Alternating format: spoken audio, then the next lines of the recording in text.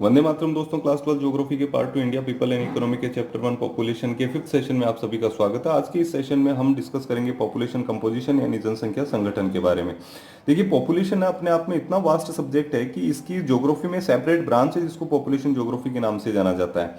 और इसको यहाँ पर हम पॉपुलेशन कंपोजिशन के एक टॉपिक में स्टडी कर रहे हैं। कंपोजिशन का मतलब हो गया पॉपुलेशन के कैरेक्टरिस्टिक्स को एक जगह पर देखना। पॉपुलेशन के कैरेक्टरिस्टिक्स यानी जनसंख्या की विशेषताएं बहुत ज्यादा होती है।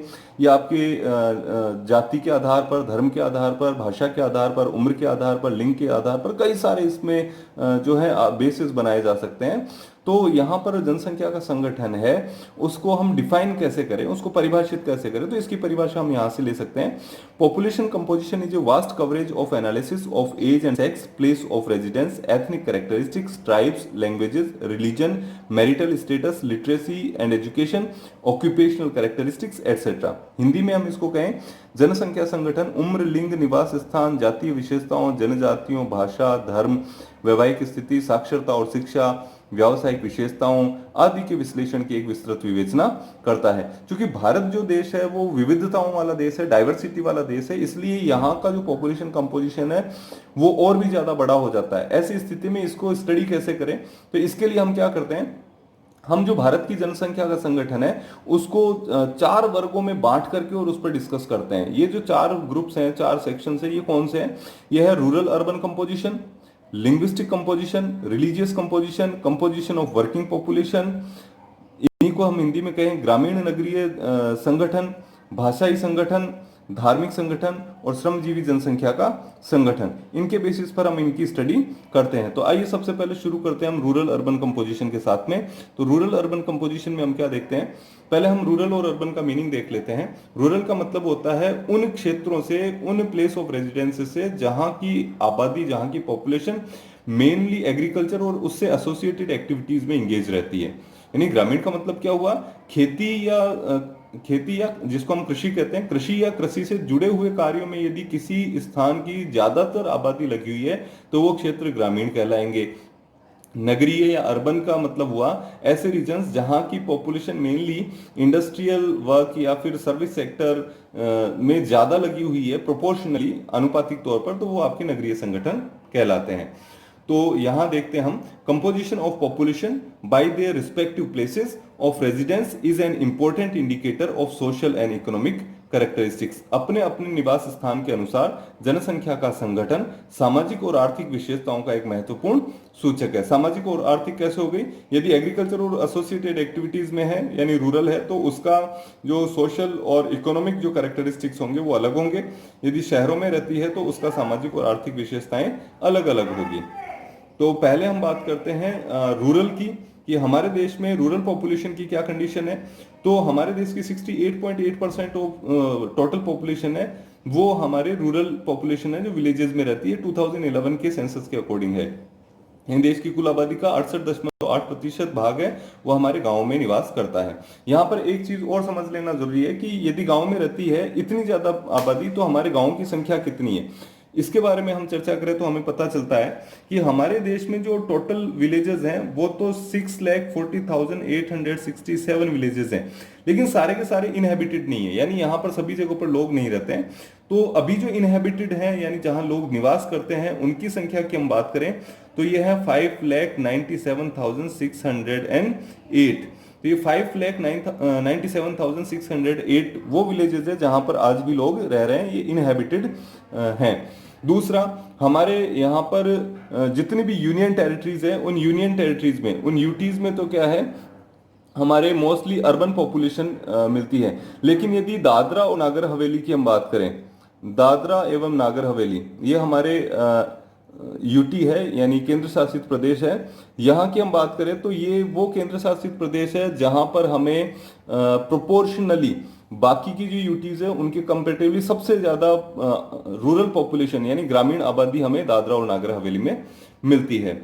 फिर हम देखते हैं कि हमारे जो कंट्री है उसमें डिस्ट्रीब्यूशन कैसा है रूरल पॉपुलेशन का, क्योंकि कंट्री बहुत वास्ट है, इतने संख्या में हमारे विलेजेस हैं, 5,97,608 इनहेबिटेड विलेजेस हैं, तो सब में एक जैसी पॉपुलेशन तो नहीं रहती होगी। तो कहाँ कहाँ इनका डिस्ट्रीब्यूशन कैसा है, अनइवन डिस्ट्रीब्यूशन वो कैसा है।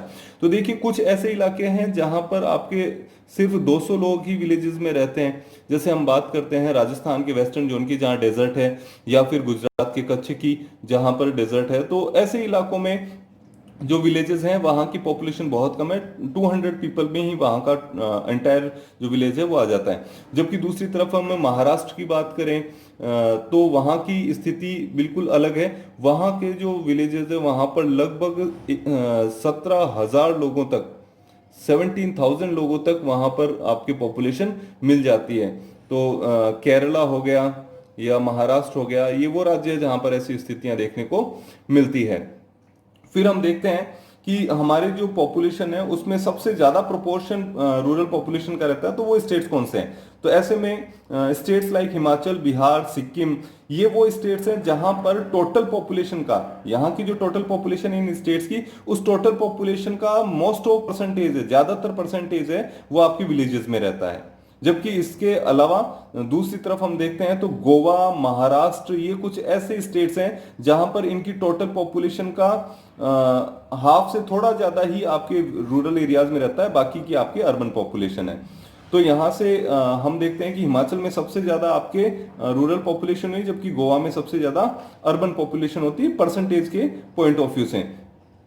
फिर हम देखते हैं अर्बन अर्बन एरियाज की। तो अर्बन एरियाज में हम क्या देखते हैं कि the proportion of urban population is 31.16%, यानी हमारे देश की जो कुल आबादी है उस कुल आबादी का बचा हुआ हिस्सा 68.8%, जो टोटल पॉपुलेशन का पार्ट था वो तो रूरल में था, बचा हुआ 31.16% ये आपके अर्बन में रह गया, जो कि क्वाइट लो है, यानी काफी निम्न है, बहुत कम है, बहुत कम पॉपुलेशन है आनुपातिक तौर पर देखा जाए तो नगरीय क्षेत्रों में।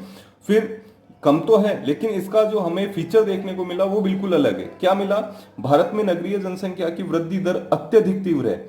यानी पिछले डिकेड्स की हम स्टडी करते हैं तो हमें पता चलता है कि जो अर्बन एरियाज है वो बहुत तेजी के साथ में फैल रहे हैं, बहुत तेजी के साथ में शहरीकरण हो रहा है हमारे यहाँ पर। कितना तेजी के साथ में हुआ है उसको भी हम डेटा से समझते हैं। The urban population in 1901 was 257 lakh.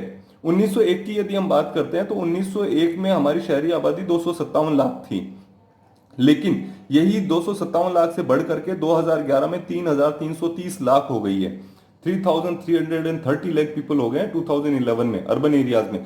तो ये हमें बताता है, ये डिफरेंस जो है ना 257 लाख और 3,330 लाख का, ये डिफरेंस हमें बताता है कितनी तेजी के साथ में हमारे यहाँ पर अर्बनाइजेशन हुआ है। फिर दूसरा हम देखते हैं डेटा का ही दूसरा पक्ष हम देखें तो हमें पता चलेगा कि the total population has increase 4 time. ये जो ड्यूरेशन था 100 सालों का, इस सेंचुरी के दौरान हमारी टोटल पॉपुलेशन में 4 टाइम इंक्रीज हुआ, 4 गुना हमारी पॉपुलेशन बढ़ी है। लेकिन यदि शहरी आबादी की हम बात करते हैं तो शहरी आबादी हमारे 4 के बजाय 8 गुना बढ़ी है। तो ऐसा क्यों हुआ, क्योंकि गांव से माइग्रेट होकर के लोग शहरों में आ गए, तो ऑब्वियसली शहरों की आबादी ज्यादा हुई है, तो 8 गुना बढ़ी है। तो ये भी हमें बताता है कि हमारे देश के अंदर शहरीकरण कितनी तेजी के साथ में हुआ, नगरीय जनसंख्या कितनी तेजी के साथ में बढ़ी है। ऐसा क्यों हो रहा है, इसके पीछे का कारण है it is because of enhanced economic development and improvement in health and hygienic condition. ऐसा समृद्ध आर्थिक विकास, क्योंकि शहरों के अंदर आर्थिक विकास ज्यादा होता है, स्वास्थ्य एवं स्वास्थ्य संबंधी दशाओं में सुधार के कारण हुआ है। इस पार्ट से हमारे जो क्वेश्चन बनता है वो ये बन सकता है, भारत में नगरीय जनसंख्या की वृद्धि का वर्णन कीजिए, या describe the growth of urban population in India. तो इसका आंसर जो है वो हमारे इस वाले पार्ट से हम एज इट इज इसको लिखेंगे तो ये इसका आंसर भी बन जाता है। देन नेक्स्ट हमारे आ जाता है लिंग्विस्टिक कंपोजिशन, यानी भाषाई संगठन। भाषा के आधार पर हमारे देश की जो आबादी है उसकी क्या स्थिति है उसको देख लेते हैं। तो सबसे पहले एक यूरोपियन विद्वान थे ग्रियर्सन ने इसके बारे में ऑथेंटिक जानकारी दी थी। भारत का जो भाषाई सर्वेक्षण हुआ था 1903 से 1928 के बीच में, इसके आधार पर ग्रियर्सन ने बताया कि हमारे देश में उस समय, इस पीरियड के दौरान, उस समय 179 भाषाएं और 544 डायलेक्ट्स थी, यानी बोलियां थी। तो हमारे मेन लैंग्वेजेस थी 179 एंड डायलेक्ट्स वर 544। तो डायलेक्ट्स और लैंग्वेजेस में डिफरेंस क्या होता है, लैंग्वेज आपकी मुख्य रूप से बोली जाने वाली जो हमारा वे होता है, वो लैंग्वेज होती है। जबकि डायलेक्ट्स का मतलब होता है इसी भाषा को बोलने का तरीका हमारा अलग अलग होता है, इसको हम बोली कहते हैं। तो बोलियां जो होती है वो तो हर कुछ एक किलोमीटर की डिस्टेंस पर आपके चेंज होती चली जाती है।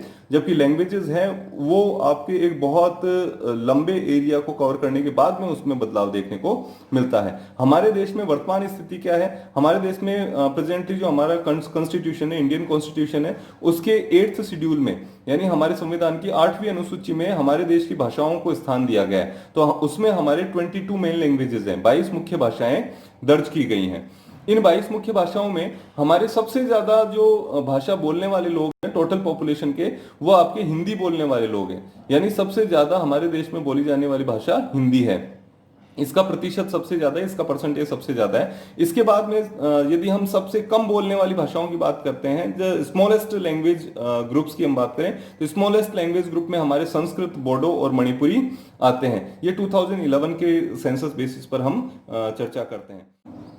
नेक्स्ट हम देखते हैं कि हमारे जो प्रमुख भारतीय भाषाएं हैं, उन प्रमुख भारतीय भाषाओं को 4 भाषा परिवारों से उनका वर्गीकरण किया गया है। ये है हमारे ऑस्ट्रिक, द्रविडियन, सिनो तिब्बतियन, इंडो यूरोपियन, यानी ऑस्ट्रिक, द्रविड़, चीनी तिब्बती और भारतीय यूरोपियन। इनमें सबसे ज्यादा बोली जाने वाली भाषा आपके जिस परिवार से आती है वो भारतीय यूरोपियन यानी इंडो यूरोपियन है, आर्यंस इनको बोलते हैं, और 73% हमारी टोटल पॉपुलेशन का पार्ट से जुड़ा हुआ है। सेकंड नंबर पर हमारी द्रविड्स आती है, जो दक्षिणी भारत के लोग हैं वो इन भाषाओं को प्रयोग में लेते हैं। तो द्रविड़ परिवार से जुड़ी हुई भाषाएं हमारे साउथ इंडियन लैंग्वेजेस हैं, ये 20% है।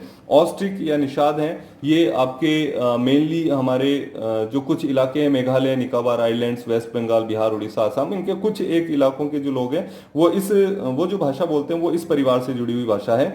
और चीनी तिब्बती यानी सिनो तिब्बतियन है, ये हमारे नॉर्थ ईस्टर्न या नॉर्दर्न मोस्ट पार्ट है, वहाँ के लोगों की जो भाषाएं हैं वो इस परिवार से संबंध रखती हैं।